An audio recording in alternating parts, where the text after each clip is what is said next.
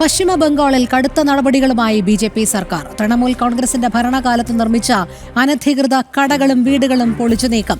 ഭൂമി കുംഭകോണത്തിലും അനധികൃത നിർമ്മാണത്തിലും കടുത്ത നടപടിയെടുക്കുമെന്നും പ്രതിപക്ഷ നേതാക്കളുടെ പങ്ക് അന്വേഷിക്കുകയാണെന്നും മന്ത്രി ദിലീപ് ഘോഷ് അറിയിച്ചു.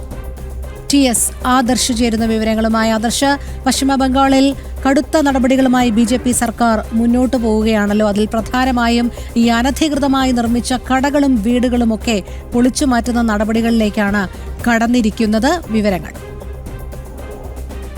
ഏറ്റവും ശ്രദ്ധേയമായ കാര്യമെന്ന് പറയുന്നത് ഈ അനധികൃത നിർമ്മാണങ്ങളും ഭൂമി കയ്യേറ്റവും ഒക്കെ നടന്നത് തൃണമൂൽ കോൺഗ്രസിന്റെ ഭരണകാലത്താണ്. അതുകൊണ്ട് തന്നെയാണ് മന്ത്രി ദിലീപ് ഘോഷ് ഇതുമായി ബന്ധപ്പെട്ടുള്ള അന്വേഷണം നടക്കുകയാണെന്നും അതിൽ പ്രതിപക്ഷ നേതാക്കൾക്കുള്ള, പ്രത്യേകിച്ച് തൃണമൂൽ കോൺഗ്രസിന്റെ അടക്കം നേതാക്കൾക്കുള്ള പങ്ക് അന്വേഷിക്കുകയാണെന്നും അദ്ദേഹം പറയുകയും ചെയ്തത്.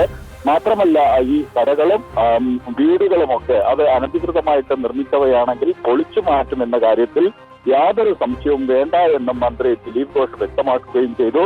നേരത്തെ തന്നെ മുഖ്യമന്ത്രി സുവേന്ദു അധികാരിയും അനധികൃത കയ്യേറ്റങ്ങൾക്കെതിരെ കർശന നടപടിയുണ്ടാകുമെന്നുള്ള മുന്നറിയിപ്പ് നൽകിയിരുന്നു. അതിന് പിന്നാലെയാണ് ഈ അനധികൃത കയ്യേറ്റങ്ങളും മറ്റും ഒഴിപ്പിക്കുന്നതിനുള്ള നടപടികളിലേക്ക് സംസ്ഥാന സർക്കാർ കടന്നത്. ഇപ്പോൾ അതിൽ പ്രതിപക്ഷ നേതാക്കൾക്ക്, പ്രത്യേകിച്ച് തൃണമൂൽ കോൺഗ്രസ് ഭരണകാലത്ത് നടന്ന ഈ കയ്യേറ്റങ്ങളിലും മറ്റും പ്രതിപക്ഷ പാർട്ടികളുടെ നേതാക്കൾക്ക്, അതിൽ തൃണമൂൽ കോൺഗ്രസിന്റെ അടക്കം നേതാക്കൾക്കുള്ള പങ്ക് അന്വേഷിക്കുകയാണെന്ന് മന്ത്രി ദിലീപ് ഘോഷ് വ്യക്തമാക്കി. മാത്രമല്ല, അദ്ദേഹം ഒരു കാര്യം കൂട്ടിച്ചേർക്കുകയും ചെയ്തു.